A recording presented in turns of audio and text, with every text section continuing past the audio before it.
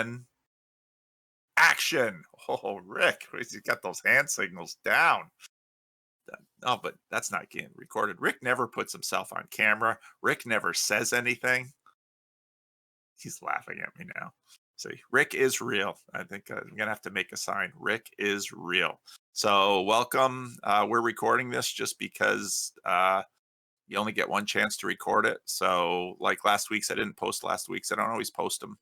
I can't really tell you why I do or don't post them. It's just kind of a gut feeling sometimes, or I get negligent and sloppy, or I have other things to post. So we don't have a lot of comments and a lot of questions, which is totally cool. Rick is mousing over some questions that I don't know if. What is your favorite civilization game? Why do you enjoy these games specifically? I like the usually like the latest Civilization game. There was a Civilization game called To Power, which I enjoyed. And that had only one edition. I usually play the Sid Meier Civilization games. Why do I enjoy those Civilization games? I don't know. I don't. I go. I go in. I'll play Civilization for like a few weeks, or if I can get my sons to play Civilization with me, I'll do that because it's fun playing with them. I don't know why I like them. I just kind of do. They're a nice distraction, but they're terribly time consuming. So I'll do it for a while, then I'll say, "Ugh, I've spent all this time on a computer game. What has this profited me?" And then I'll abandon it for 2 or 3 months, and then I'll be like, "I feel like playing Civilization," and then I'll play Civilization, or I'll talk Ben or Jared, my sons, into playing, and so it's cool. Why? I have no idea. Are you seeing a shift in your? I'm going in reverse order. Are you seeing a shift in your tradition in the direction of affirming same sex marriage? Oh, yes.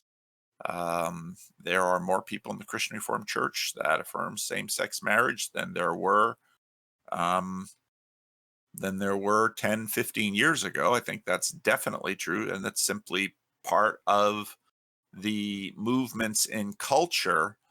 I doubt, however, that um, that will move the Christian Reformed Church to an affirmative position. It's more likely to end the Christian Reformed Church than to yield a church that is affirming. And that's because of some of the dynamics with um, with this movement that has tended to.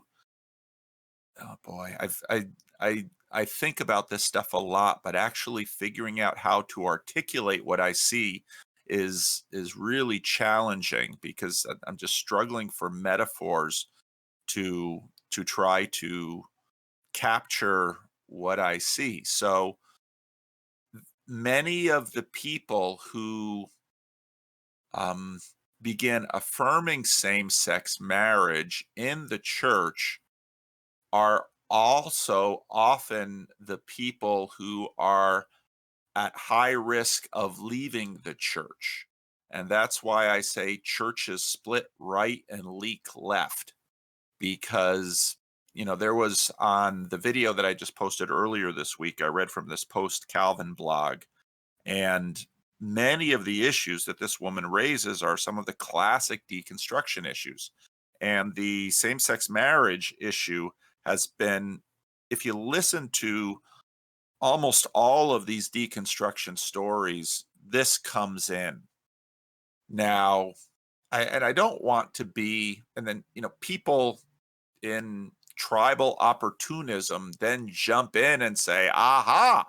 Well, I don't know about aha, but there are some things going on far below the presenting issue that are causing these correlations, I think. And that's why I'm deeply interested in questions of secularism. I'm interested in Stephen Smith's thesis of immanentism with respect to paganism. And so in my last video where I read some of that blog post, I'm trying to get to a level below. Now, this morning, Julian had pointed me to some conversations between David Cayley and Ivan Illich. And Ivan Illich was a Roman Catholic priest. He basically was kicked out of the church for heresy.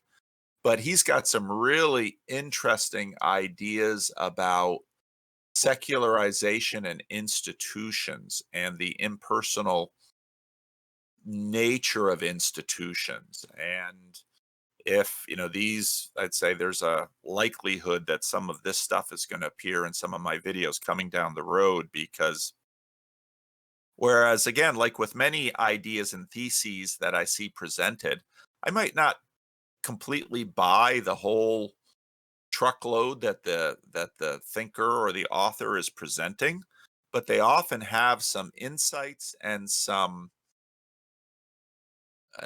ideas that are right and true, and I want to integrate into my thinking, into my worldview. So, and as if nobody can tell, it seems to be so obvious, I'm just using my YouTube channel as sort of a thinking out loud. Oh, see, there my smartphone just went off with the thing playing. All right, there it goes. Um, but distracted me. So the thinking out loud I'm doing as I blog and as I think, and I'm trying to integrate what I'm learning, and I'm doing it in real time, and y'all are listening and y'all are helping me, and sharing ideas that you have and perspectives that you have. And it's a way of us all thinking together and in some ways being a body, like the church talks about being a body. And that's a really cool thing. So that's why I think this thing that we're doing here is really cool. So yeah, in the CRC, it's our turn to wrestle with this. In 2006, there was a church in First Toronto that they actually didn't ordain that elder. Someone corrected me on CRC Voices today.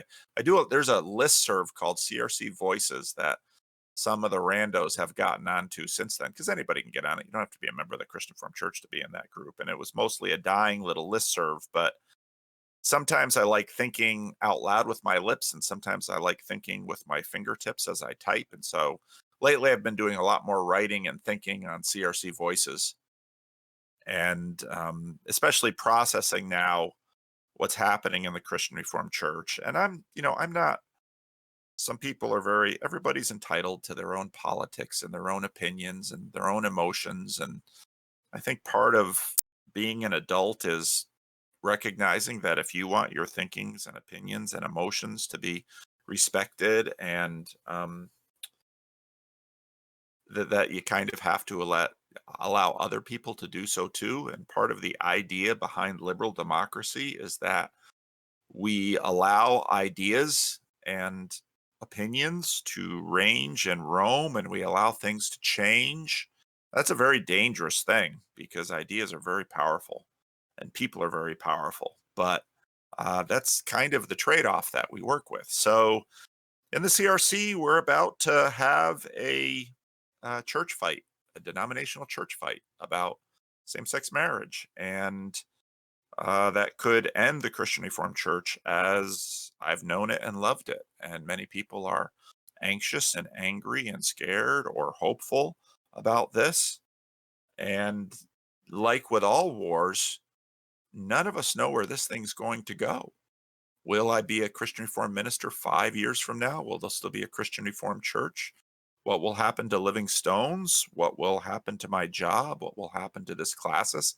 I don't know any of those things. And as with wars, this could be determined by events across the nation. When you think about how World War I started, these rather incompetent anarchist terrorists tried to assassinate someone. They botched the job, and then, you know, amazingly, it happens, and this horrible war ensues. It's like, you know, a few weeks ago, Ruth Bader Ginsburg dies just before the election. Ugh. And then this morning, my wife got out of bed a little earlier than I did, and she's sitting on the couch, and she's got her phone in her hand and big letters on the phone. Trump and his wife test positive for COVID. And it's like, oh, wow, 2020 just keeps giving. And, again, I wish the Trumps well. I hope they recover, but whoever's the true Christian wins in Civ 5, Andrew says. Um, so it's it's a crazy thing. It's a crazy thing.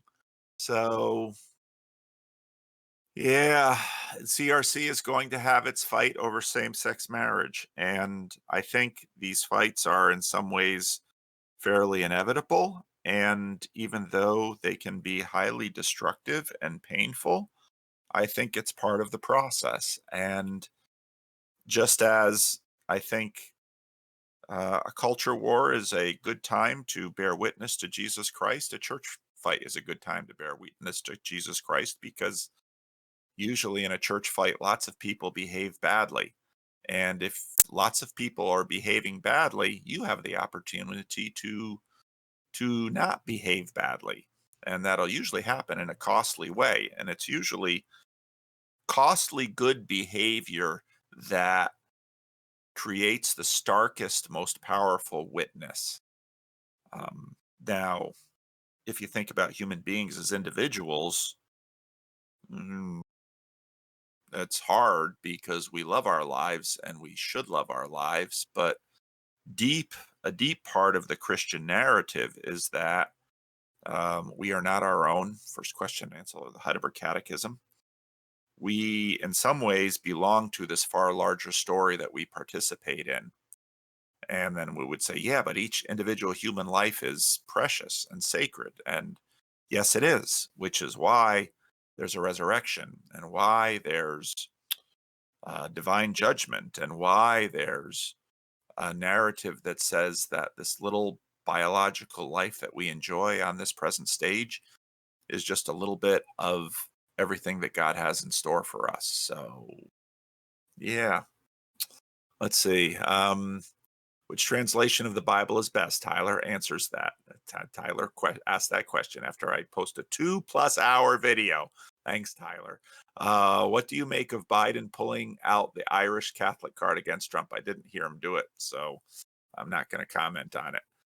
Do you see the role of pastors staying the same in the next 10+ years? Wow, that's a good question.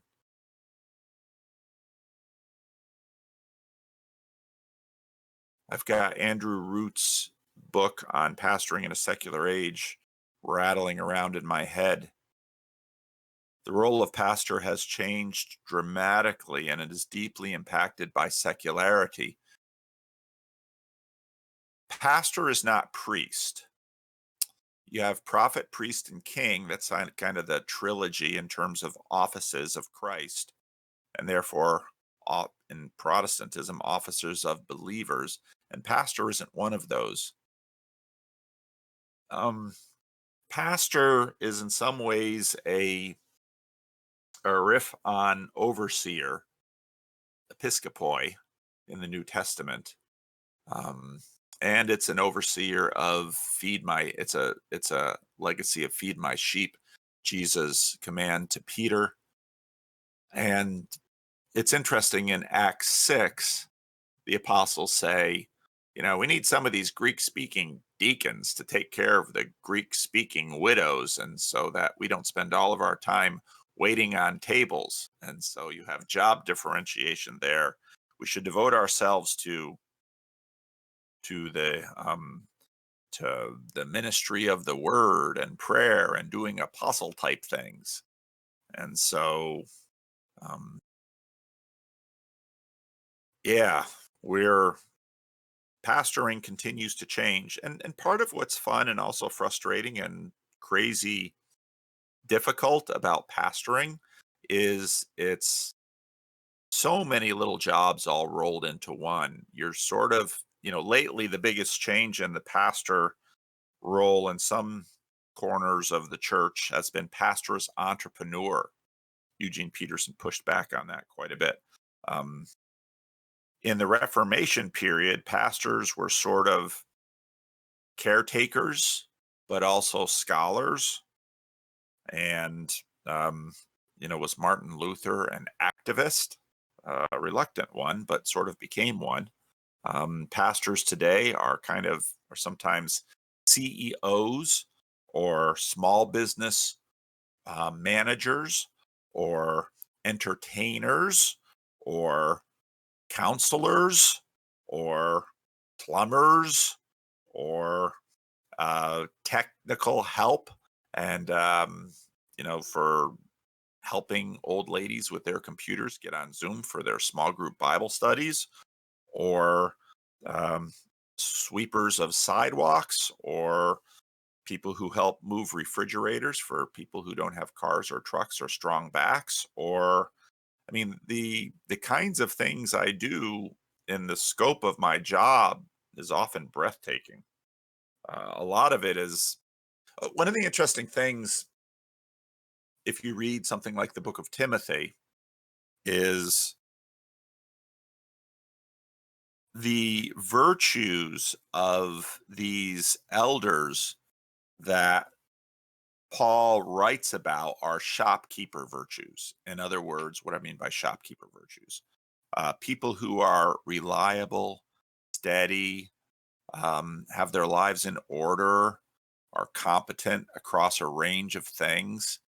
And there's just some wisdom in there in terms of keeping a small group of people together, because so much of what it takes to allow a little group of 50 or 100 or 200 to actually have a healthy community together is just a lot of common sense.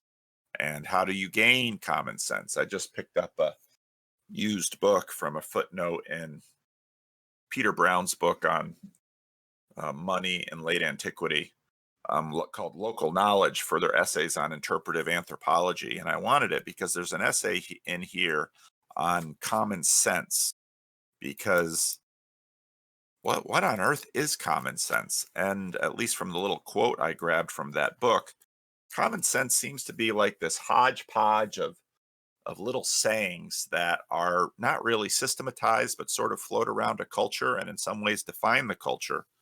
And some common sense sayings can be really stupid and destructive, but wisdom is all about knowing when a saying is appropriate. If you look at the book of Proverbs, for example, it's this, 31 chapters of little common sense sayings. And they're not rules, they're not laws, they're not commands. They're just little navigational aids that can be helpful in knowing how to navigate life. And if you're so I had a friend for a while, he was a pastor of a church plant here, and sailing was his hobby, and he's a real crafty Dutchman, and so he figured out um, how to get into a used sailboat, mostly by renting it out to other people, and that sort of paid the mortgage on the sailboat. And he had it in the San Francisco Bay, and he and I would go sailing together on the San Francisco Bay sometimes, and that was just a delightful thing. So I learned a little bit of sailing and spent time with him talking, and had other colleagues and friends out on the boat sometime. It was a delightful thing. Where was I going with this? Oh, okay. Navigational markers. So the San Francisco Bay is actually a very shallow bay. It's sort of the mouth of the estuary, the great estuary of the California Delta. And the bay is very shallow. And so they have to continually dredge it to get ships in and out. And so then you have all these markers. And well, a marker is a very important thing, but the context and location of the marker and the interpretation of the marker is vital, because what a marker is in the middle of the bay is just this buoy, just this floaty thing sticking up out of the water. And what does that communicate? Well, all of its power comes from its context and people having the local knowledge.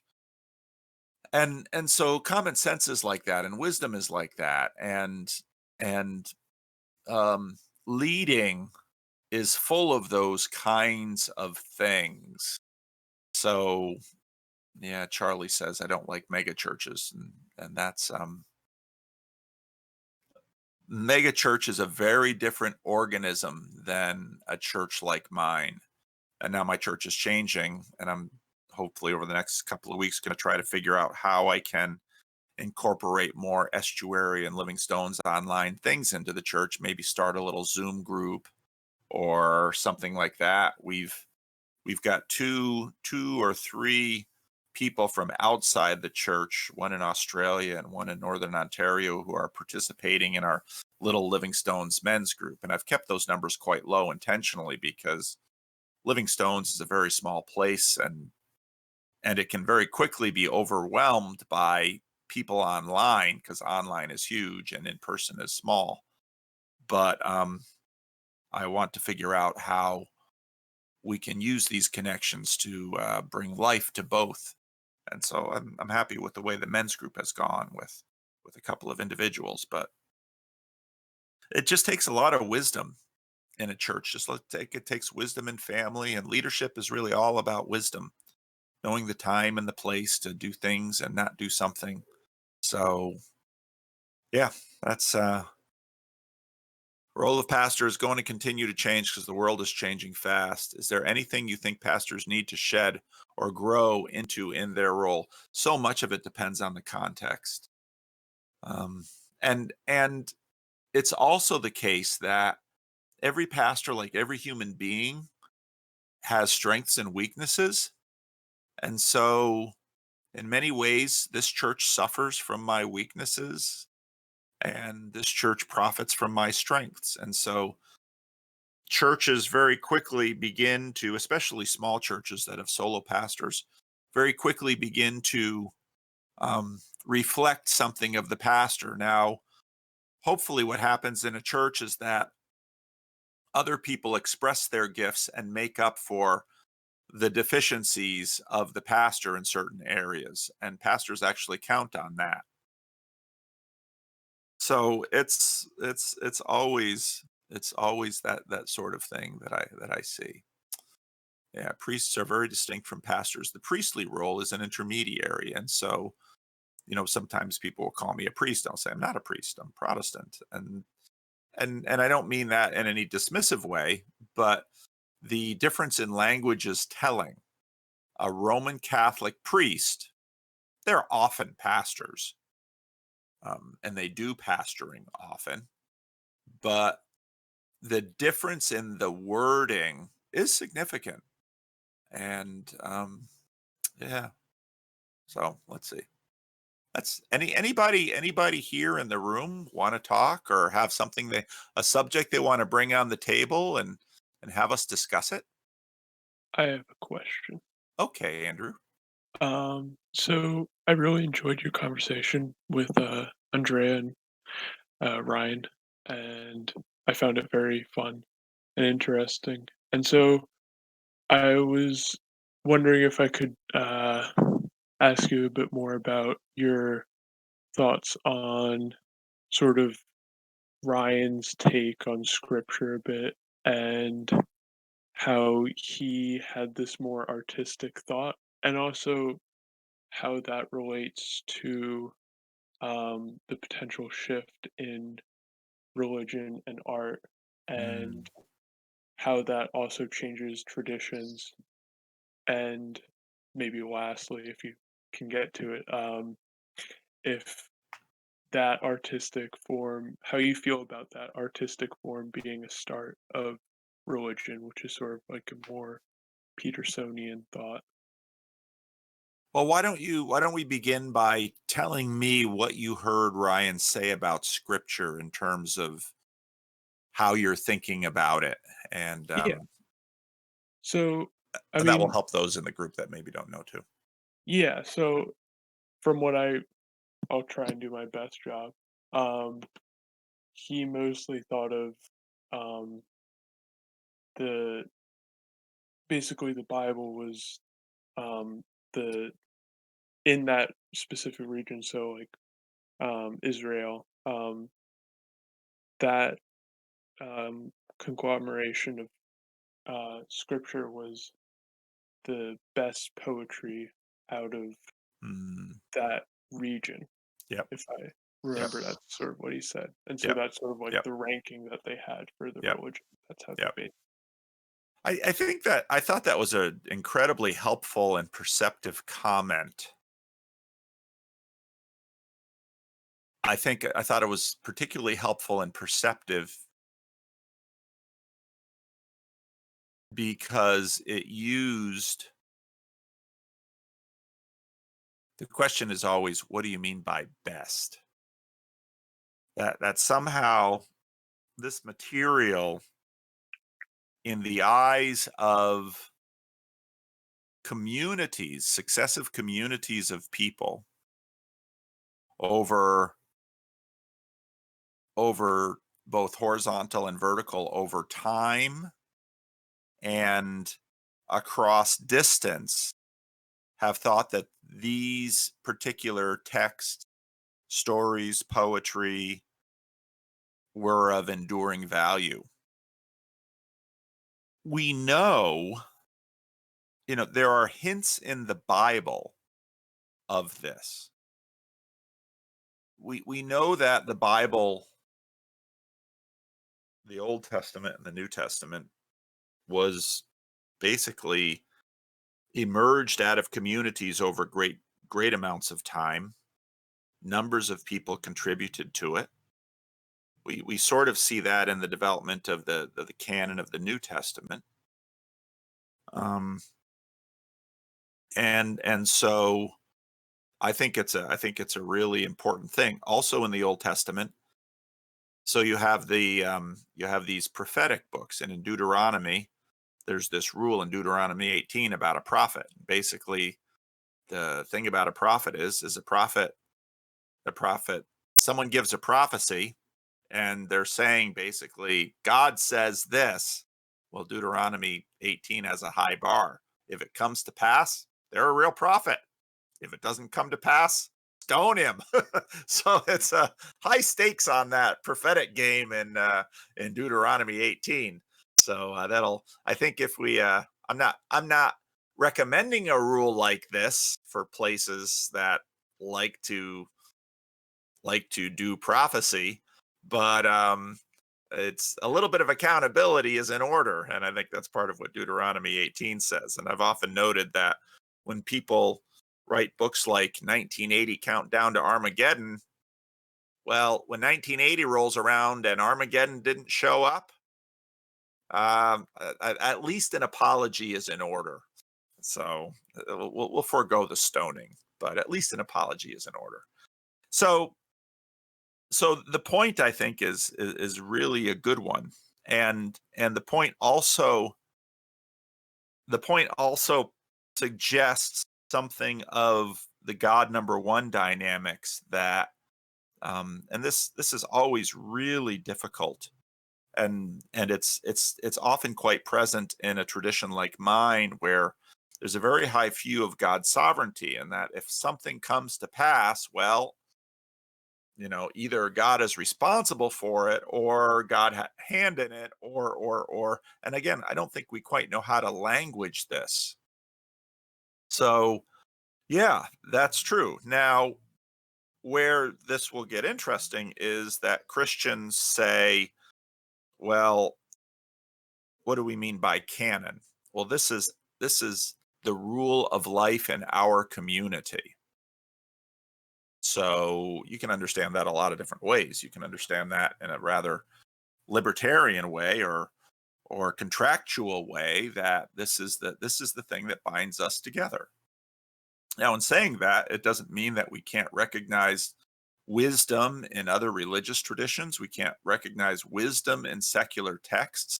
We can't recognize um, truth in science, or truth in people from other religious or cultural communities.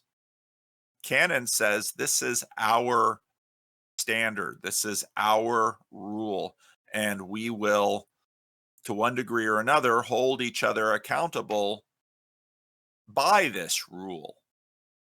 And so his sort of secular approach to scripture, um, in terms of, well, these are the greatest hits of of communities all around the world. That's not a bad perspective. What it doesn't afford is the one thing that religious communities are designed to afford, which is some liberation from our own egos. Because when I say something like the Bible is the word of God, that means that I am not. And that means that I will have to submit to this canon. I'll have to submit to this rule. And I submit myself within a community. Um, I'll submit myself within a community to this thing. So part of the liability of the sort of free range secular perspective is that what's your canon? Is it the Bible? Is it Mao's Red Book? Is it uh, J.K. Rowling's Harry Potter? Is it the fan fiction of Star Trek? Let's and you can kind of crowdsource it and say, well, I'm going to go and I'm going to look at the things that are bestsellers. Well, that's kind of hard because, again, at least according to some lists, Mao's Little Red Book is the #2 book of human history. Well, why would that be? Well, China is incredibly large, and so the Mao's government had incredible power and was tyrannical, and so saw to it that hundreds of millions of copies of his ideas would be published. I don't know anybody who has ever told me they've read Mao's Little Red Book. The Bible is the most published, translated, examined book in all of human history, and nothing else is even near it. Now, you could look at that with the same criteria that you look at Mao's Red Book and say, well, that's just because of Christian privilege and the invention of the printing press and colonialism and yada, yada, yada. Fair enough. But it begs the question, how do you assess the best? And it's, well, what I think is the best. And that presents us with the most common human problem, which is the captivity of me by me and the limitations of my little 57 years of human experience and all of the biases that have been built into the production of myself. Um, it's interesting in Christianity that in many ways, the greatest rival we have to God is our own selves. And in some ways, one way of understanding final judgment is sitting down with God and God saying, okay, Paul, is it finally going to be you or me? I like me. I was telling Andrea before, I have a big ego. I'm very low in neuroticism. I like me a lot. And God says, it's going to be you or me. Which one do you want to have? Now, and I'd say, well, I don't know. What are my options? What does this entail? And let's say God would say, okay, well, I'll tell you what. I'll send you to a place, riffing on C.S. Lewis's Great Divorce here. I'll send you to a place where you can have anything you want just by thinking of it. Wow, that sounds amazing. That sounds like exactly what my ego wants. And then God says, well, the other place is where actually the whole place is all about me. And so in C.S. Lewis's Great Divorce, it starts in this gray city where anyone can have everything they want. And the streets are filled with these enormous mansions.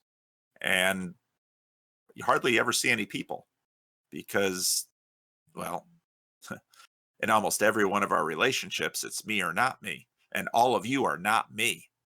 And so maybe I'll accommodate myself, but maybe in kind of a suspicious way, trying to I'm trying to organize myself to manipulate you to make you subservient to me. And there sort of we are. And so then the question of, okay, what's my canon going to be? Am I going to choose my canon? I'm going to, and now we have this internet thing. Am I going to go out on the internet and on Amazon and say, I'm going to collect the canon of what I think are the best things ever written in all of human history, and I'll crowdsource them. We'll see what Reddit votes up. I'll see what publishers put out. I'll read the New York Times bestsellers list. I'll do all of these things, and I will compile the best things that I've ever written, and that will be my canon. Well, now it's just all you. So I think, Andrew, there was the first part of your question. I forgot what the rest of the questions were. So you wanna respond to any of this, or push me in another way, or just tell me what you think? Yeah, so I sort of was wondering how you think that plays into art and tradition and how it might also affect the formation of religion. So, Well, we've clearly got a. It was funny. My wife this morning, she's putting together these materials basically for students for the whole school to do. It's like all this homeschooling material, and there's this one lesson, and of course, in our contemporary way, there was a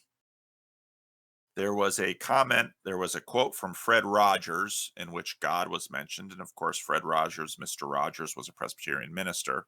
It was a very it was not a very sectarian quote at all. It was very broad and talked about gratitude. And then there was a Buddhist proverb, and then there was um, Rumi, so an Islamic person, and then there was another quote from seemingly a secular source. And this was all kind of put together in this curriculum thing. And someone pointed out, what starts out talking about God, I don't know that we can do that. And it's like, yeah, but the Buddhists and the Islamists and no God in particular got all in there. So we certainly are, um, in a time which has a fair amount of allergy to what we call sectarianism. And so an idea like Ryan's will be celebrated in many ways. And in fact, many of us, even in the church, we've accommodated our language to this kind of thing quite a bit. We talk about traditions, and one way to say that is, one way to look at that or judge that would be to say, oh, we're watering down the antithetical aspect of Christ's demands. And fair enough. Another way to view it is we're extending hospitality. That's true too. And get back to the wisdom thing. Well, how to know when to do what. So, yeah, it's going to have an impact on art, but there's so many things built into Christianity that you don't notice very readily, that are part of its success and part of what makes it so durable, and part of why it I don't think it will be put away anytime soon. And part of that is, again, the understanding. It's true of Judaism as well, obviously, the understanding of God. And God isn't one agent within an impersonal system. He's not one actor within the metadivine realm. God is agentic and also arenic, and in him we live and move and have our being. So Abram Kuyper, this Dutch Reformed polymath who was both he started a newspaper, he started a university, he wrote theology, became prime minister of the Netherlands. There's not one square inch over this creation that the Lord doesn't claim, this is mine. And so I think at the banquet of the Lamb, we will be enjoying not just Mediterranean cuisine, but the best foods harvested from the cultures of the world. And I think Isaiah 60 points to that. So, yeah, this is, I think in many, part of what perhaps we are doing is working on a 600-year correction of some overreach in the church. And there'll be overreaches in the correction. There always are. But God will have his way. And so, yeah.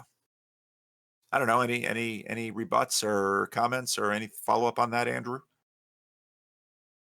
No, that was good. I think you should go to Tyler's question. He's got a good question. Tyler's question. Okay. I'm going to take a drink of water.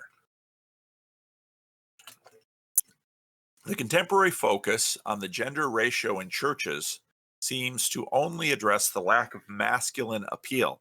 One thing you should know about Tyler, he's a statistician, so he's always got a lot of these fun kind of things. The contemporary focus on the gender ratio in churches seems to only address the lack of masculine appeal, with the implication that the church should find ways to be more attractive to men. However, since the church has always been majority female, perhaps the problem is not a lack of masculinity, but a lack of traditional femininity.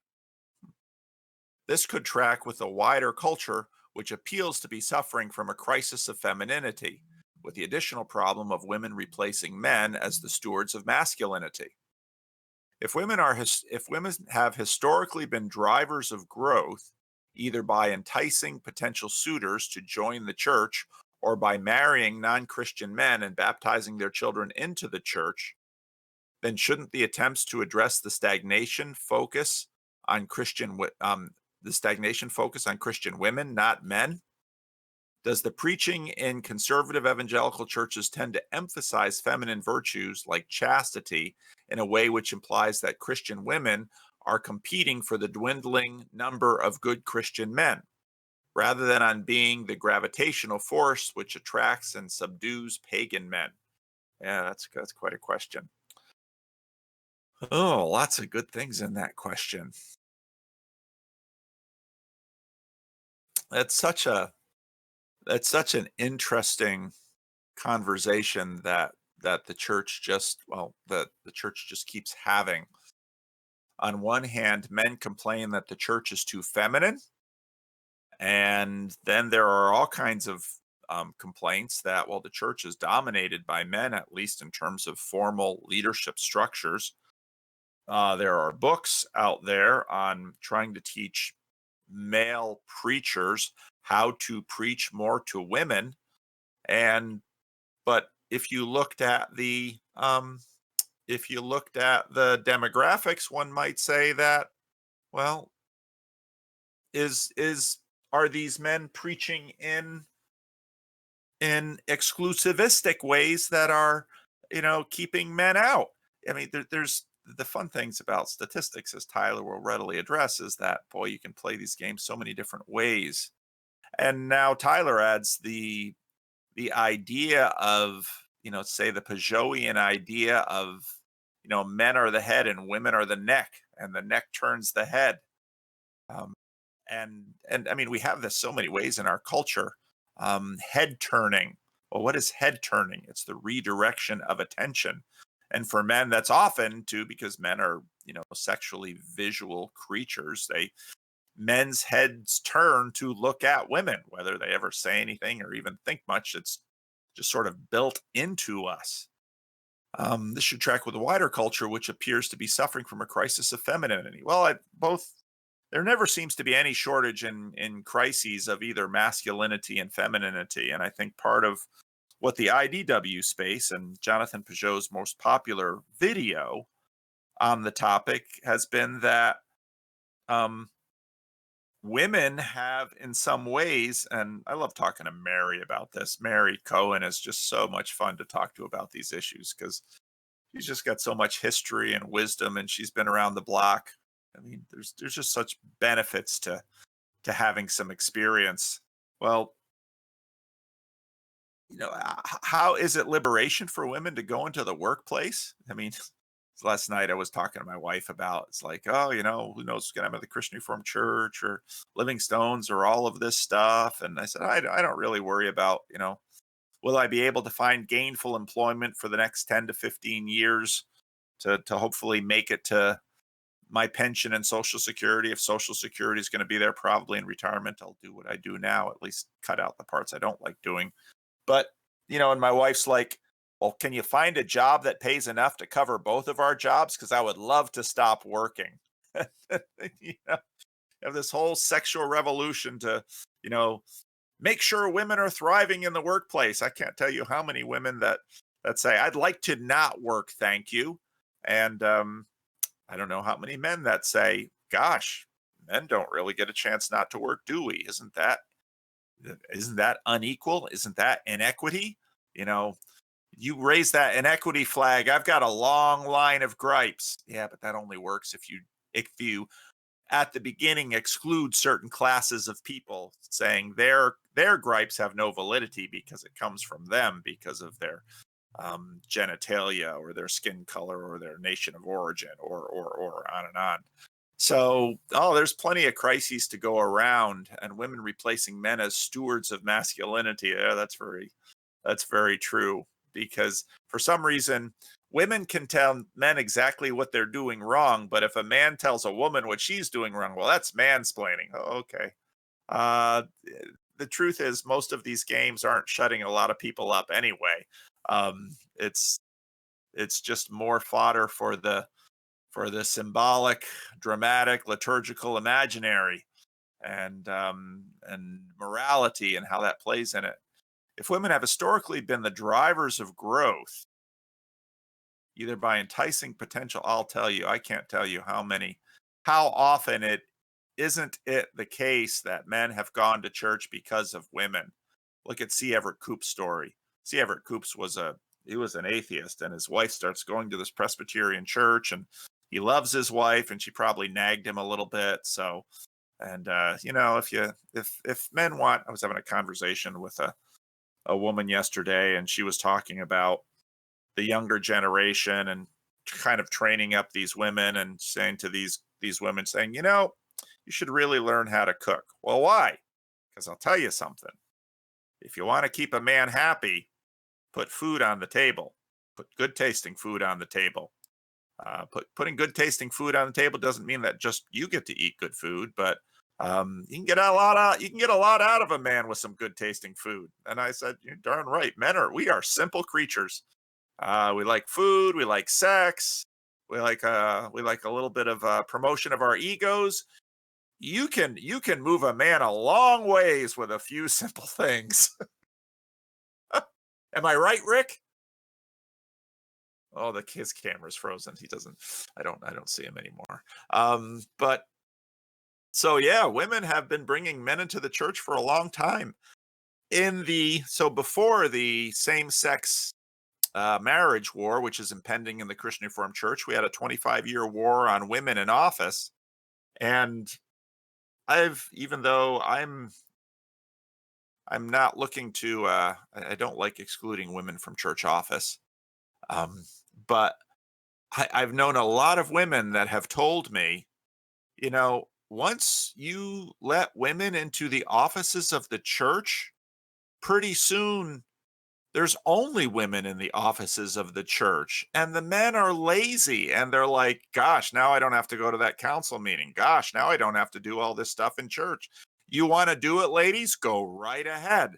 And so there've been varying degrees of MGTOW that go on. And so some women that I've known have basically said to me, I'm against women in office because if because these men are simple creatures. Give them a little job title and they'll do the work and they like it.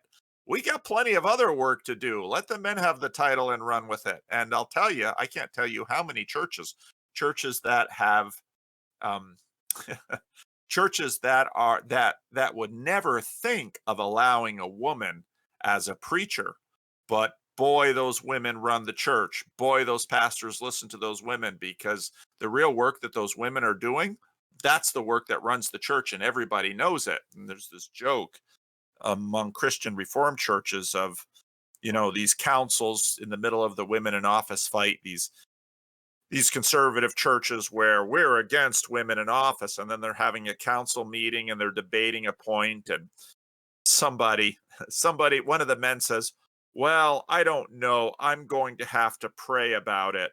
The pastor whips out his cell phone and hands it to the man and says, "Come on, give us a break. Call your wife and tell us how you're going to vote."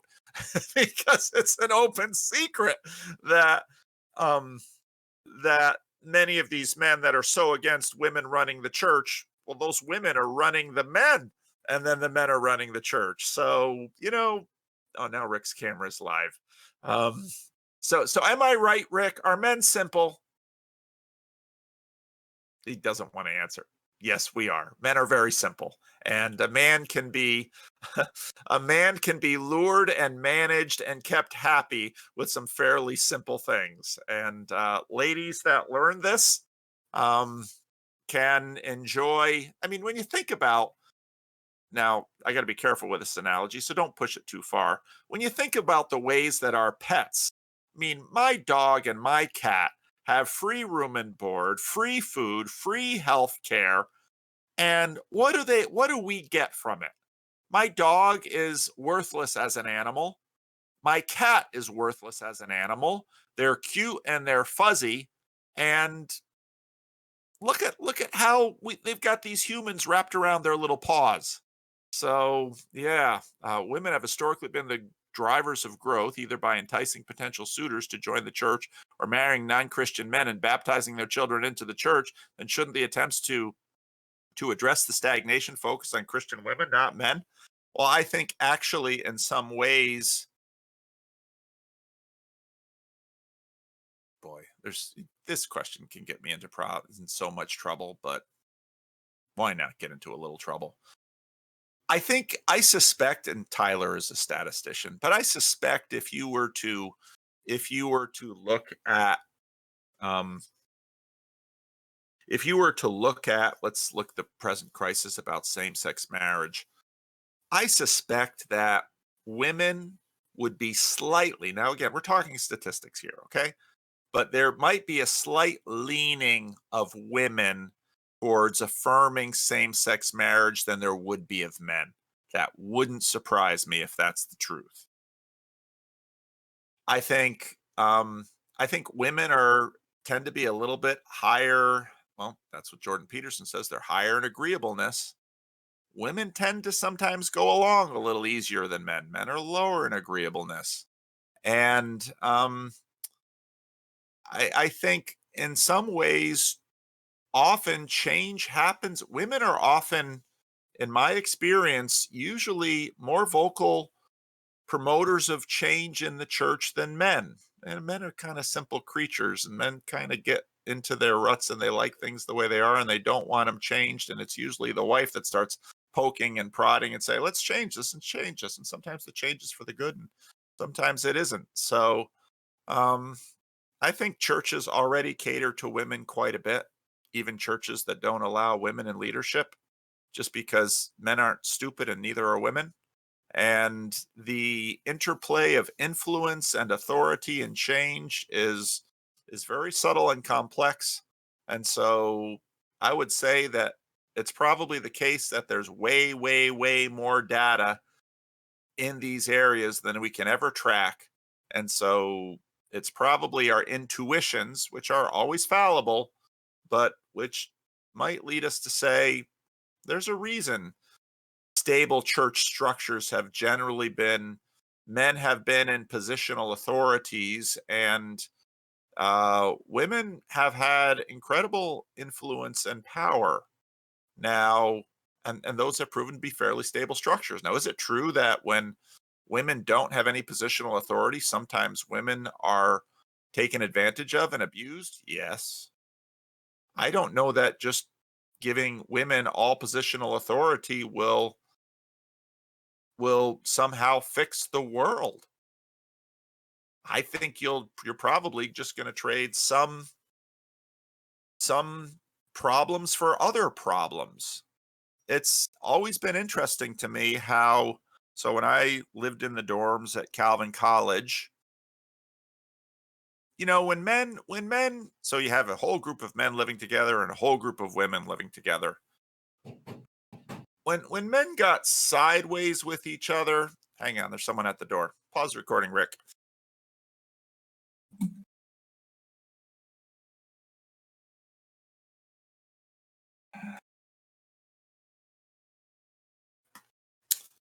Well, my life's about to get complicated again. Gosh. So where was I? Women and men. Women and men. Yeah. You just finished the phrase of when men got sideways with each other in Oh, when men Complementary. get sideways with each other, they yell, they push, they hit. Andrea knows this. That's how boys fight. Girls? Oh, girls fight. So much more devastation. That's, Jonathan Haidt talks about that in terms of girls and social media and reputational attacks. There's this Amy, is it Sumer? She has got this has this great video about, basically women verbal combat. She has this group of men and she tries to teach them in the ways.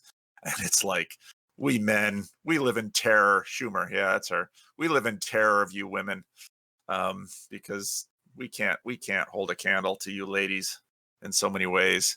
So that's let's see if there's anything I didn't address in here. Probably haven't addressed any of it. If women have historically been drivers, does the preaching in conservative evangelical churches tend to emphasize female virtues like chastity? Oh yeah, yeah, yeah. In a way in which implies that Christian women are competing for the dwindling number of good Christian men rather than on being the gravitational force which attracts and subdues pagan men.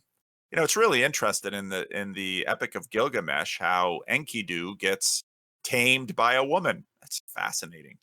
Um, yeah, there's no end to this struggle as long as we have men and women. We're gonna be we're we're gonna be playing our tricks on each other, and I think that's um yeah, yeah, but let it be so. I don't know. Hey, we got some ladies in the room. You want to yell at me for being a chauvinist, or No, you I want want to to enlighten us? applaud you for being a chauvinist. What are your thoughts, Sherry? Oh, well, I agree with everything you said. Especially, I was thinking about the fact that men are lazy, and if you let women in the door, then it'll just be women. That is absolutely true. I never thought of it like that before, but um, it reminded me of when I moved up into a very remote area in the bush, and all the ladies gathered me in and they gave me wise advice. The first thing they said was, never chop wood. And I said, why? I can chop wood, you know? And they're like, because if you start chopping it, you'll always be chopping it. And I, oh, okay. Oh, yeah, I get it. Never get wood, never chop wood. And wet wood is grounds for divorce. That was their, because we cooked with it, right? Yep. So, um, and there was constant demand for wood. And if there were times when I would really think, okay, I'm just going to go do this myself, right? But then I'd remember that what they said, and I wouldn't. Yeah, and it was very true. I knew Yeah. women who did it, and they did it. It was their job. They did it. Yep. Yeah. That's so true. I look at my daughters sometime, and of course my daughters, they went to these women's colleges and they're so woke and but it's just so darn predictable. They have a little car trouble. Who do they find? They have, certain areas of life, it's me and their brothers. And it's like, I don't, all these ideas you have, you're going to have to show me by your acts that, and it was so classic because both of my girls did well in all of their subjects in school, including math and science, and they were good in science. And oh, women in STEM. I said, well, why don't you go into STEM? Well, I don't want to. Okay. Who are you to tell other women to go into it if you don't want to? Oh, so it goes round and round and round and round. But good. Yeah, yeah. It's, I I think really what it boils down to is we're made to complement each other. And so everything that we do should be a coordination Yeah, sense, right? yeah, And all it just maybe I'm simplifying it too much, but everything nowadays just feels like a status game, yeah, you know? yeah. Yep. And our world has changed so much. There's no more wood chopping to do. So, it was so funny because growing up, my father didn't have a lot of jobs around the house. And that was because he grew up in an age when women did everything. So, when he went to college, he lived in a boarding house and a woman did his laundry, a woman cooked. On those few occasions when my mother would leave town and leave us kids with dad, food was grim. 'Cause they didn't have a lot of money for restaurants. And, it was, my dad was terribly inept at one point. After I'd had a couple of kids. I had one kid in diapers. And so we left my father to babysit his grandsons. And Jared needed a diaper change. And we got back to the house and looked at the sad state of that diaper on my son. It was like, my father couldn't do anything, but my father did do, he washed the cars, he took care of the cars, he took out the garbage, he lugged things, he carried things, um, and he was always, and he shoveled snow. He always loved to shovel snow. And then when he died, you know, my mother, mom used to have to do most of the stuff, but she sure misses him doing some of those few little things. And yeah, yeah, Yeah, well, if my husband passed away, this place would fall apart. yeah. And if I passed away, this place would fall apart. Yep. You know, Yep. we we we are equal in that sense. Yeah. Yeah. Yeah. Yeah. Yeah. All right. Any other subjects? So any questions? Or we don't have to be questions. If you want to come into the chat room and make an outlandish statement, Rick and I will throw a bunny with a pancake on its head if it's out of bounds. Rick's got them ready to go.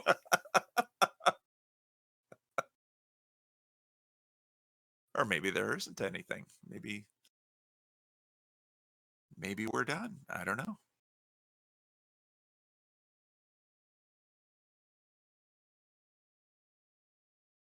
Well, I was talking to someone this morning actually, and we were talking about the influence of Greek thought on Christianity.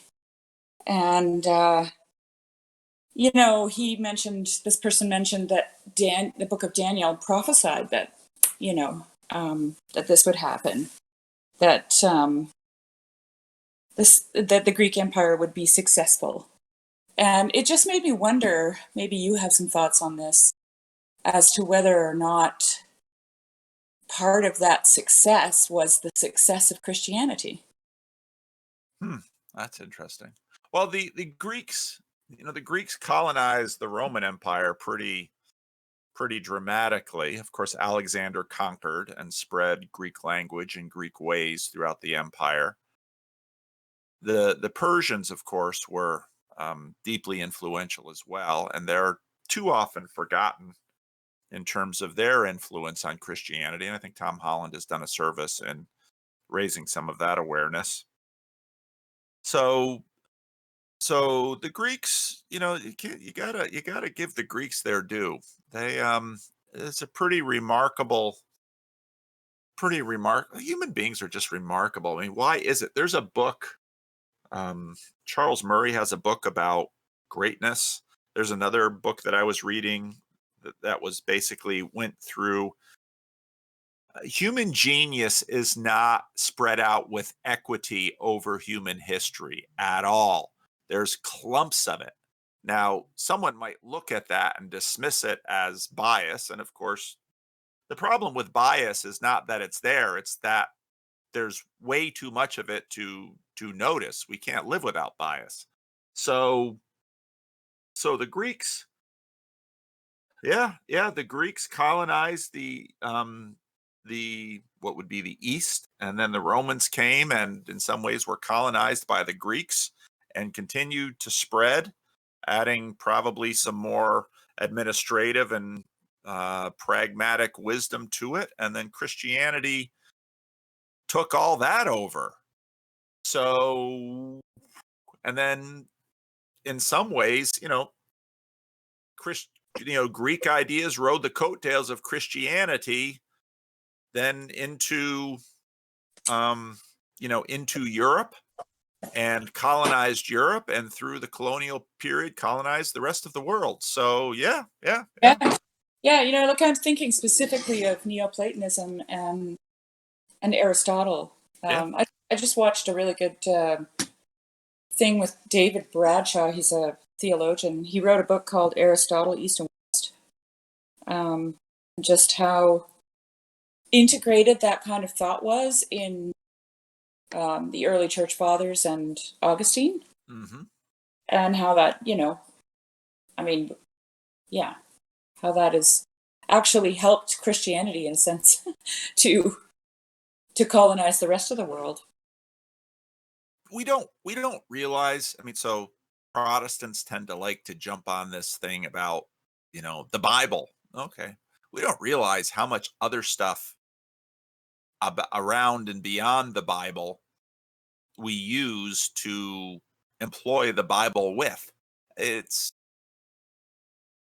politics, the traditions. I mean, it's just life is so big and complex. So yeah, you got to give the Greeks credit. They've contributed a lot.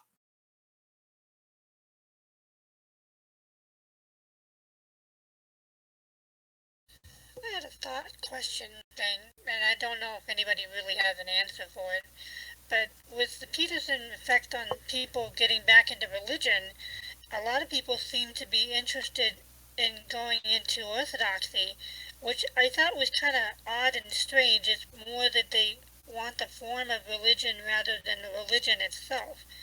Did you have any thoughts on that? Well, that's a good question. The question is, what is the religion itself? And in some ways, the Protestant Reformation made religion very psychological and abstract. 7 sacraments were reduced to 2. Now, I wrote this chapter for Vervaeke's book, and maybe at some point I should read it on the channel. I started reading my blog post, but so if you go, so I began in some ways with the question, Tom Holland's observation that the Greeks, the Hebrews, they didn't have religion. Well, what were they doing with these sacrifices and temples and stories and gods? Isn't that all religion? Post Enlightenment, we look back and say, oh, that's all religion. They didn't see it as religion. Well, what was it to them? Well, it was how the world worked. Okay. Well, what does that mean? Well, so just as today, a plumber who, let's say there's a broken pipe under some cement, they'll have to get a jackhammer and they'll have to break up the cement, and then they'll get a shovel and then they'll dig down and then they'll expose the pipe and they'll figure out what's going on and they'll figure out how much of the pipe they want to replace and yada, yada, yada, yada. This is just how the thing works. Well, the animal sacrifices and the oracles and all of this stuff, well, that's just how the thing works. Why was it that these emperors had, you read it in the book of Exodus, Pharaoh and his magicians. Now we think about a magician as someone who entertains at children's parties or in Las Vegas. No, these were in the New Testament we'll call them wise men. These are people that it was their job to assist the emperor in reading the patterns of the world and knowing how to make decisions about their empire. That was their job. And the sacrifices and the temples, these were all vital parts of that whole machinery. Well, what has changed and what has replaced it? Well, in post Enlightenment, science and technology have replaced it. Oh, okay. That's how the world works. Okay. But is it really how the world works? Because this is where Jordan Peterson's point is devastating, because he and many others, David Sloan Wilson as well, the world is so full of people. And in some ways, that Enlightenment perspective forgets people and ourselves who are wielding it primarily. So, so if you think about it in Barfieldian terms, this alive, enchanted place sort of gets boiled down into sacraments where there are um, limited ways. Again, I read some of Peter Brown's book. I have to get back into that book on late antiquity and money, and he's got some good treatment of Constantine. And okay, so what was really going on in Constantine's head? That's a really good question. We tend to, and this is a constant problem with historical material, we project back onto the past our own value systems in order to determine what was, now to Vervaeke, relevance realization. We project our own relevance realization back onto history and say, this is the real cause of that. Well, reality is so multivariant. None of us have time in our lives to actually express all the variables. So, but we have to do this relevance realization. And so what happens is that Constantine, one of the things that he was really anxious about, which is why, well, there's all these divisions in the Christian church, and Constantine's kind of like, y'all got to get your act together about this stuff. Tell us the truth. Well, what does Constantine really want to know? Well, how to keep his new client God happy so his new client God will bless him, so his empire will flourish, and so his son will get the throne, and, because Roman emperors were going in and going out and going in and going out, and without a democracy that like recycles them every 4 or 8 years, it's a bloodbath and it's just chaos. And so Constantine wants to know how to keep the god happy. And now he stumbled on this god which seems to be working in terms of quelling all the other gods. And so it's a really smart strategy. And so then he calls all these councils, and it's like, y'all got to get this act together. I mean, 3 in 1. I mean, how does this work? Because if you don't get this work, our empire depends on it. Well, we look at that as strange because, well, we got people over there who don't believe in any god. You got other people over there who are believing in all sorts of gods. Well, how does the universe work? And the Enlightenment comes along and says, well, it doesn't really matter what theology you have. You can kind of, you know, you can kind of let things go. But don't forget the process before that. Well, what's happening when why are the priests wearing special clothing, saying special words, doing special things? Why are the priests elevating the host and partaking in communion while the rest of the church looks on the other side of the rail? None of that is incidental.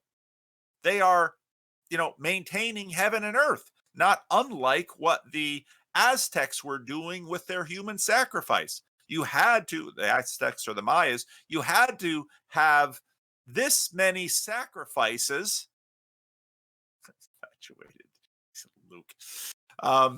Rick has the other stream up. I can't watch while I talk. I get distracted. But these sacrifices are maintaining the world. And so, well, Christianity comes along, and see, this is part of the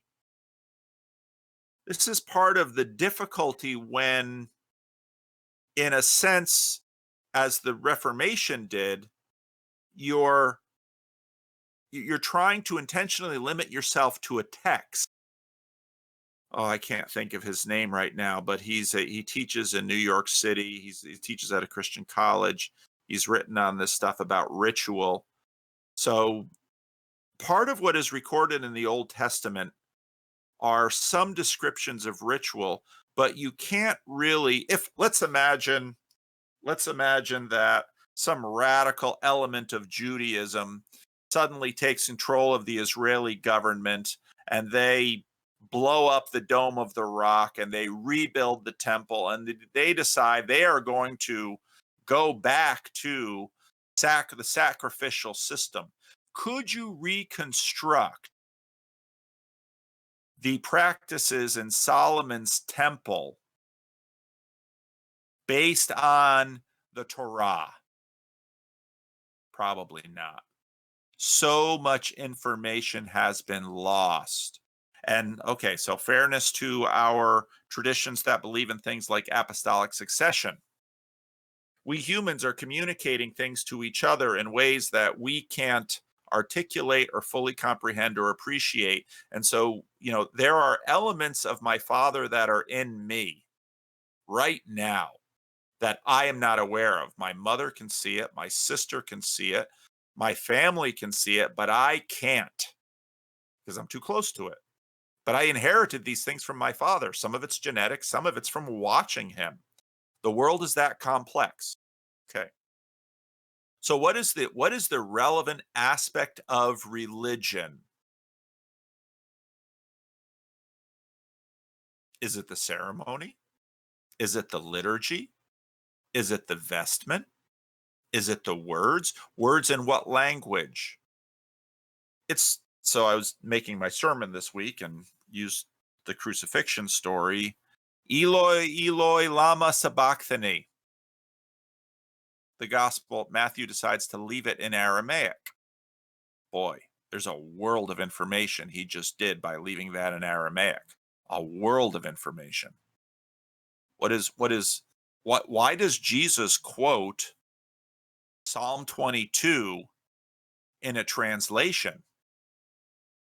It's the Aramaic translation of the Hebrew. Why is Jesus speaking the word of God in Aramaic? Why does Matthew leave it in Aramaic? There's so much there. So, part of the Peterson wave, potentially revolution, but we'll have to see. There's no way to discern that within our time frame right now, is a recognition of the richness, not merely the psychological aspect of truth. By virtue of its birth, there's a weakness in Protestantism, and it's this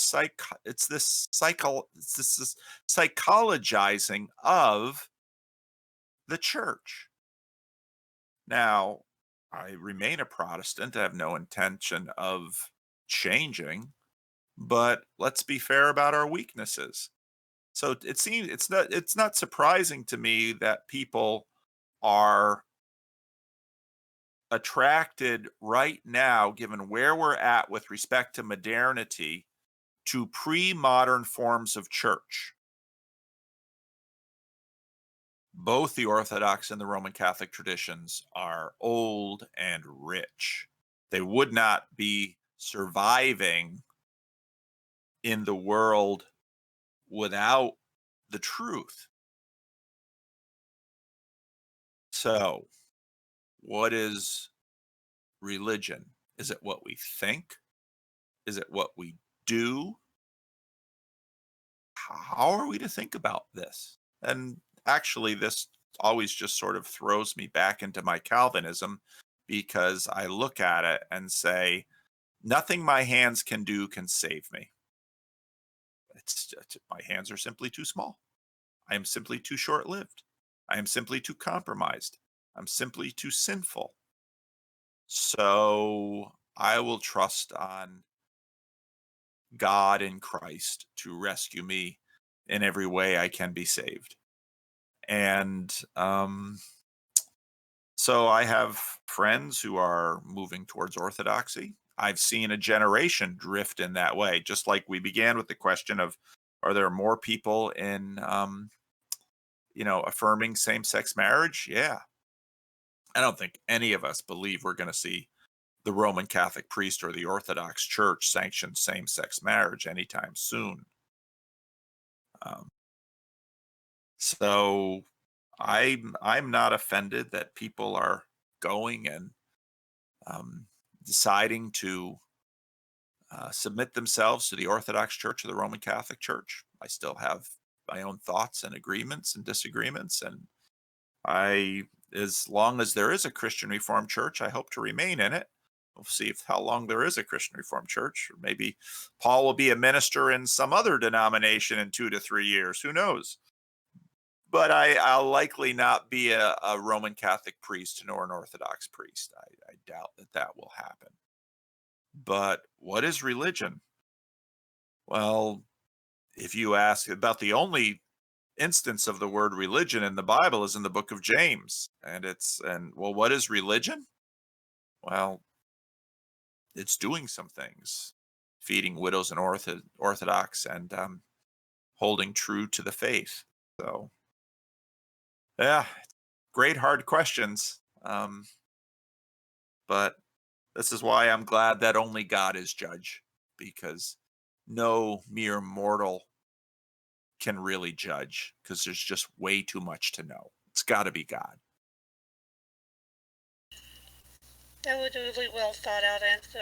I guess from your answer, it was obvious that my understanding of religion was a little shallow, and it was fascinating hearing your thoughts on it all. And I wasn't trying to be derogatory towards Orthodoxy or anything like that. I just was not seeing the connection except for the symbolism, and I was like, there's got to be more going on, and there was. Yeah, there's more than we can tell. Yeah. So, and again, Orthodoxy is old. How has it survived? Well, it's got plenty of truth to it. So, it's, I loved what what's his name? Talib said about, you want to do something that endures, you want to tell a story that endures, find something old. So wise. That's so smart. He's a guy from, an old Orthodox tradition, but he says, basically the point under that point is, we know so little. We're so shallow. We're so dim. Well, you want to beat the odds? Find something old and hitch your wagon to that thing. And that's so countercultural today, where we so prioritize the new and the recent and the current, and will likely not be remembered because of that decision. Good points. Good points. Let's see, 11:30. Any other topics or comments or anything you want to throw into the mix? I'll be here another half hour, and then Rick and I probably have a few more little projects to do. Rick and I always have projects. Rick's like, why on earth did I ever turn on that Paul Vanderklay video and show up at his church and give him that darn poster? And poor Rick has been roped into all sorts of things. What do you make of the separation of the sheep and the goats? Now let me open up the text, because I always have to read the always got to read the text in context, and one of the things I know about myself is that my memory is low resolution, which is exactly what memory should be, because things have to be stored in bits and things that are connected and retrievable. So close that. Matthew 25. This is a series of parables that Jesus tells. So Matthew 25, well, let's scroll back. So no one knows the day of the hour, lessons of the fig tree, parable of the 10 virgins. Then the kingdom of heaven will be like 10 virgins who took their lamps and went to meet the bridegroom. 5 of them were foolish and 5 were wise. So when the foolish took their lamps, they took no oil with them, but the wise took flasks of oil. you always have to read these things, don't store up treasure in heaven. But he said, I'll store up a little oil. As the bridegroom was delayed, they all became drowsy and slept. But at night there was a cry, here is the bridegroom, come out to meet him. Then all those virgins rose and trimmed their lamps, and the foolish said to the wise, give us some of your oil, for our lamps are going out. So much for generosity here. But the wise answered, saying, since there is not enough for us and for you, go rather to the dealer and buy for yourself. I don't know why these bride I don't know why these um I don't know why these virgins need lamps, but while they were going to buy, the bridegroom came, and those who were ready went into the marriage feast, and the door was shut. This is like one of these, there's so many of these parables that Jesus tells of shut doors and parties inside and darkness outside. I wrote a blog post about this years ago. Um, while they were all going, afterwards, the other virgins came saying, Lord, Lord, open up to us. But he answered, truly, I tell you, I do not know you. What? Because of the oil?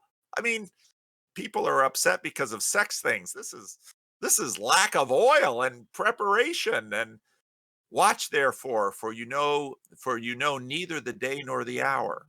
That just seems so arbitrary. And so, everything else we know about Jesus, we know it's not arbitrary, but Jesus is making a point here about shut doors and outer darkness. And then we have the parable of the talents where, well, there's and the guy who plays it safe, well, so take the talent from him and give it to the one who has 10 talents. For everyone who has will be more will be given, and he who has and he will have an abundance. But the one who has not, so much for equity in this parable. So the one who has not, even what he has will be taken away, and cast the worthless servant into outer darkness. In that place where there'll be weeping and gnashing of teeth. Now, this is Jesus, okay? This is Jesus. When the Son of Man comes in glory and all the angels with him, then he will sit on his glorious throne. Before him will be gathered all the nations, and he will separate people one from another as a shepherd separates the sheep from the goats. And he will place the sheep on his right and the goats on his left. Then the king will say to those on his right, come, you who are blessed by my Father, inherit the kingdom prepared for you from the foundation of the world. God is so crafty. For I was hungry and you gave me food. I was thirsty and you gave me drink. I was stranger and you welcomed me. I was naked and you clothed me. I was sick and you visited me. I was in prison and you came to me. When the righteous will answer him, saying, Lord, when did we see you hungry and feed you, or thirsty and give you drink? And when did we see you a stranger and welcome you, or naked and clothe you? And when did we see you sick or in prison and visit you? And the king will answer them, truly I tell you, as you did it to one of the least of these, my brothers, you did it to me. Now here the NIV doesn't have brothers and sisters, just has brothers. Well, why? When I was in seminary, we had to preach on different texts, and one of the students got a text, signed this text. And of course, this text was very popular as this vision of radical inclusion, but it's also a vision of moral meritocracy. And now the thing about human beings is we always game these systems, because it's like, I remember when he was actually a founding member of the church, just says, well, just tell me what I really need to do to get in. I get that question regularly. Give me the minimum requirements to making the cut and getting Santa Barbara in the next life, and not some slum in Calcutta. And so, oh, well, here it is. Well, give your money away. Doesn't Jesus say to the rich young ruler, go sell all you have and give to the poor, yada, yada, yada. But then the seminary student who was assigned this text said, when we study this, these brothers that one was generous towards, that's a very Christian pointer. It's saying you shared with Christian brothers, not you shared with anybody out there. You shared with your own religious tribe. And people start getting worried and concerned. But Jesus has plenty of other sayings about sharing to the poor. But because of how this story is told and because of what we want, our relevance realization says, the Christianity is just too broad and, loving enemies and stuff. Just tell me what I need to do. Okay, well, here we have a list. Hungry, you got to feed people. You got to give people stuff to drink, and you got to welcome the stranger. And when you see naked people, give them clothes. And there's only been a handful of my times in my life when I've seen naked people out on the street. Usually in the Dominican Republic, there's someone with mental illness who escaped from their family and they're running naked down the street. It's like, oh, okay. Either that or a toddler who escaped from their mom is running naked down the street. And sick or in prison and visit. So you got to visit people. You got to give clothing. You got to give food. You got to be courteous and welcome, and you got to give drink. Well, there it is. That's what you need to do. And now again, I'm reading this Ivan Illich stuff and David Cayley. So now we're going to institutionalize it. And Ivan Illich says, once you institutionalize it, then you betray it. It's like, oh boy. Then those on the left, depart from me, you cursed. Ooh, ooh, ooh. That isn't very nice. Depart from me, you cursed, into the eternal fire prepared for the devil and his angels. Oh boy. For I was hungry, and you gave me no food. I was thirsty, and you gave me no drink. I was a stranger, and you did not welcome me, naked, and you did not clothe me, sick and in prison, and you did not visit me. They also will answer, Lord, when did we see you thirsty or hungry or thirsty or a stranger or naked or sick or in prison and did not minister to you? Then he will answer them saying, truly I tell you, as you did not do to the least of these, you did not do to me. And these will go into eternal punishment, but the righteous into eternal life. Take that, universalists. What is this parable about? Well, when you read something like this, it's helpful to, here's the thing. We're asking for a summary. We're asking for a relevance realization. We're asking, what's the thing about it? And so then as an exegete, you look at context. Read the next verse. When Jesus had finished these sayings, he said to his disciples, you know that after 2 days the Passover is coming and the Son of Man will be delivered up to be crucified. And Peter bites his tongue because he got called Satan last time he said, we're not going to let this happen.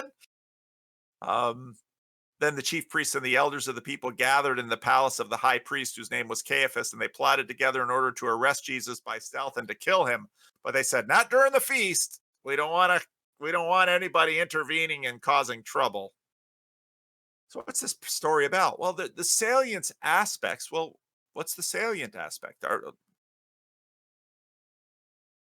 Is the list the hungry and thirsty and naked and clothing and visiting and hospitality? Well, that's certainly important in the story, obviously. What's so interesting about the story is that neither the righteous nor the wicked have gamed the system. The righteous seem to be doing what righteous do. That's what sheep do, what sheep do. The unrighteous are doing what unrighteous do. The goats do what goats do. Now you might say, well, this is a Calvinist reading this. But, this story could have gone in lots of different ways. And now pay attention. It's told after 2 other stories. And so those 2 other stories are important. So here are the context of some young women. Now, when we say virgins, again, we in our culture think these women haven't had sex with people. Well, probably not. But the point is that they're young women. They're bridesmaids. And they're supposed to fulfill their duties as bridesmaids. And in order to fulfill their duties, they should be prepared to fulfill their duties. And some of the bridesmaids were up to the challenge, and they thought ahead, and they prepared, and they bought oil, and they were ready to go. And so when the bridegroom came, bang, the party is about to begin. They're worthy to enter the party. They earned their way. Sounds terribly un-Calvinistic. And then the next group, well, a man was going on a journey and he called his servants together and he distributed talents according to, probably, you don't want to give the lazy idiot who never chops wood or shovels snow, you don't want to give him too much responsibility because you know how your servants are. Can't look at the screen while I talk. You guys are too funny. And so to the capable servant he gives 10 talents, to the less capable servant he gives 5, and to the incapable servant he gives 1. Now there's a tremendous amount of stuff going on in there, because on one hand he gives them talents dependent on what he's already assessed their capacities to be, and his assessment is correct, but at the same time he's also giving them an opportunity. So the 1 talent guy, I know this guy's a worthless servant, but let's give him a chance. So there's free will and free agency in there. And lo and behold, the 10 talent guy does exactly what the master imagines he'll do. He does 10 talents worth of and the 5 talent guy does 5 talents. And the 1 talent, he was a schlub. And okay, schlub, I'm done with you being a schlub. Out you go. And so the people are who they are. And that's true of the parable of the virgins. And it's true of the parable of the servants and the talents. And now we're to the sheep and the goats. And in a sense, that third parable builds on the first 2. And well, the test has been done. This world, as much as sometimes I will sandbag this world as a trial period, both of these stories are about trials. Will the bridesmaids be ready for the party? Will the servants of the man who goes, the boss, the master who goes away on a long journey, be faithful even when he isn't present, looking over their shoulder, or telling them, "Yo, schlub, get out there and chop wood, you worthless piece of servant." And now, well, what about the 10 talent guy? Well, he's probably always been a 10 talent guy. He was raised by 10 talent parents. He had all that privilege and he'll be rewarded for it. That's the way life is. And so here's the sheep and the goats. And yeah, there we are. And, again, we bring our filters to these. And so on one hand, we say, I want the universe to be meritocratic. I want to earn my way in. And in some ways, all of these talents say, all of these 3 parables say, yeah, earn away, be prepared, be diligent, be generous. Earn away, go for it. All right. In other parts of it says, yeah, but wait a minute. We're not all equal. We want second chances. Well, all of those bridesmaids had chances to buy oil. All of those servants had chances to invest the money. All of the sheep and the goats had a chance to, the poor are all around us. What are you doing with them? Are you using institutions? Maybe that's the best way. Are you giving handouts directly? Maybe that's the best way. Are you figuring it out? Are you doing it? So do we want meritocracy, or do we want universal safety and security? So I think in some ways, because of how this passage is set up and the ways and the questions we bring to it, we're such pragmatists, and in some ways the parable itself undermines this transactionally motivated coming to the parable, because you come to the parable and say, okay, I don't really like God, and I'm really annoyed that he's God and I'm not, but I really would rather have Santa Barbara than the slums of Calcutta to spend eternity in. So if I've got to do something in order to get the upgrade, just tell me what the deal is, and I'll do what it takes. Well, do you really want to party forever with the Father if that's how you feel about him now? Or maybe you'd prefer the gray city where you can go off and have everything you want, because isn't the point of your transactional approach to this relationship that you just want to get what you want? Do they have goats in that in Santa Barbara? And that's where so many of these questions, you know, reveal ourselves. And that's why in some ways, do we want God or do we want me? Are you giving me hand signals, Rick? Oh, he's he's unscrewing his Coke bottle. I couldn't see the Coke bottle. I thought, it's a strange hand signal. Sorry. Um, you know, do we love Jesus? You know, let's say you came to your somebody did a meme. Oh gosh. Rick, you gotta take that. I gotta turn this channel off. I can't watch this as I talk. I'm too distractive. Um, if we would go to our spouse and say, um, I'll tell you what, just give me the minimum requirements so that you, and then make your list of whatever it is you want out of the relationship, so that you go to work and put me in a house that I like, and setting aside enough money for retirement, and give me the car I want to drive, and at least let me do the kinds of things I want to do. Just give me the minimum requirements. I think the spouse would say, but am I just a provider of goods and services?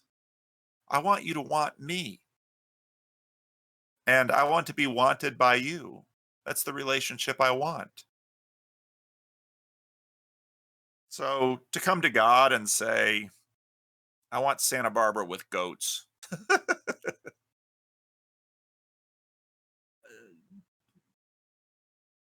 There's always a mercenary side to us, and in fact, Jesus isn't even dismissive of that side. So if you look at Luke 15, and you have these amazing stories of the lost coin, and the lost son, and the lost sheep, and then you go to Luke 16, and you got this dishonest servant who, he's been embezzling, he's been cooking the books, and he's found out, and oh, what's wrong with the master that didn't walk in like anybody and say, give me the books, give me the seal, you're out today, I know what you're doing. But the master is sort of lazy, and he leaves the guy with the seal and the books, and the guy's like, uh-oh, the jig is up. I'm too weak to work, and I'm too proud to beg. Jesus, and his parables. And then he says, all right, I know what I'll do. I'm going to find all of the people who owe my master money, and I'm going to go to them, and I'm going to cut their debts in half. So when the master finally gets around to firing my sorry ass, I can go to these other people and say, hey, remember when I cut your debts? You owe me. Let me live in your compound, and eat from your table, and take a goat every now and then. And, any of us should say, boy, he wasn't bad to begin with. He's making it worse. And then the master says, wow, wow. All right. And it's like, no, no, not wow, wow. All right. He's an embezzler and a thief. He deserves, and he's totally mercenary with you. He doesn't respect you at all. And so how do you interpret that? I like Kenneth Bailey's take on these parables, and the king is so secure, and so generous, and so magnanimous, that even the thieving qualities of this dishonest steward, the king says, hey, he knows me and my reputation. He knows my the zealousness by which I protect my glory. I'm going to give this guy a break just for the sheer audacity of what he knew about me. And I just think I hear these parables and you just see God through them and you see this shine and you just say, wow. And then the question is, okay, is Jesus the image, the icon of the invisible God? And so, hey, everybody has to decide, hey, God or no God, what kind of God? And even if you say no God, okay, what kind of universe? Because God is agentic and God is agentic and God is arenic. And what kind of universe am I living in? And I'll tell you, I want to live in Jesus' world. You say, well, this is the same Jesus that's just been, you know, and consigning people to eternal fire apart from me. Depart from me, you cursed, into eternal fire prepared for the devil and his angels. That's the same Jesus that just told the story that said, Lord, Lord, open up to us. We're young women. We didn't manage our oil well. Truly, I say to you, I do not know you. Watch therefore. you know, I don't know you, bridesmaids. You're crappy bridesmaids. Out you go. But the shrewd servant gets honored by the king. I'm sorry. I'm a Christian. I look at these things and I say, yeah, Jesus is my guy. Jesus is my guy.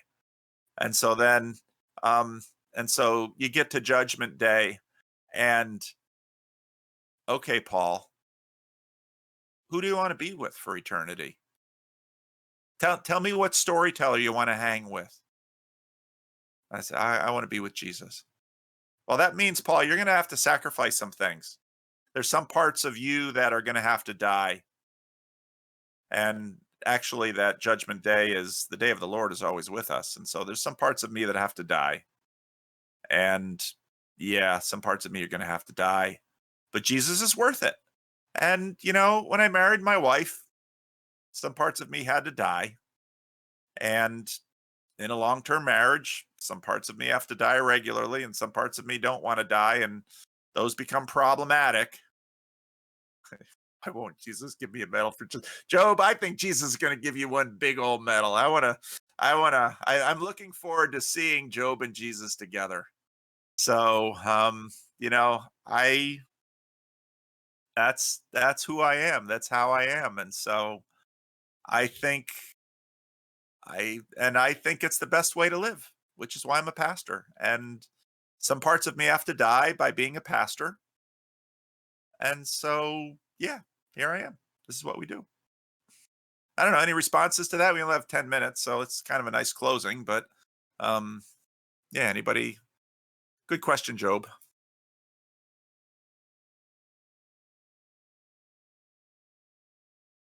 Thanks, Paul. The reason I asked is I was reading this book by Trent Horn. Let's see which one that is. That is Counterfeit Christs, Finding the Real Jesus Among the Imposters. And it's just, all these different ways that Jesus gets constructed through history and, through these questers and various atheists. And I like the book because he basically makes a strong point. He says, yeah, we say that New Testament Jesus is so much better than Old Testament God. No, New Testament Jesus is pretty harsh if you start paying attention. So that's why I wondered, like, okay, if you take these parables that are about separation and selection, then yeah, what does Jesus really mean by that? But yeah, that's true. Do Christians go to heaven? Sure, they go to heaven. They just get new bodies and they live in a new heaven and a new earth. Peugeot knows that. He was just he made a point. He made a point, and glad he made the point, because him making that point caused a little bit of a ruckus, and allows us to make the clarifying point that we're not looking to float on clouds I am anticipating the resurrection of the body. I believe in the resurrection of the body and the life of the age to come. And I believe, God is arenic and agentic, and God has become flesh in Jesus. And so he is our master and he is our brother. And, you know, Jesus is going to have some things to say to me that I'm not going to like. I know that. And that's not going to be fun or easy. Tolkien has this wonderful little short story. Sam. Tolkien has this wonderful short story, Leaf by Niggle.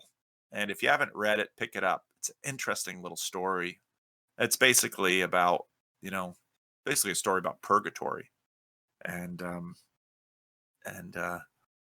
Niggle, who was this weird little man who loved trees and, focused on leaves, and God makes him, God makes him into being who he wants him to be. And, this is what he's doing with us.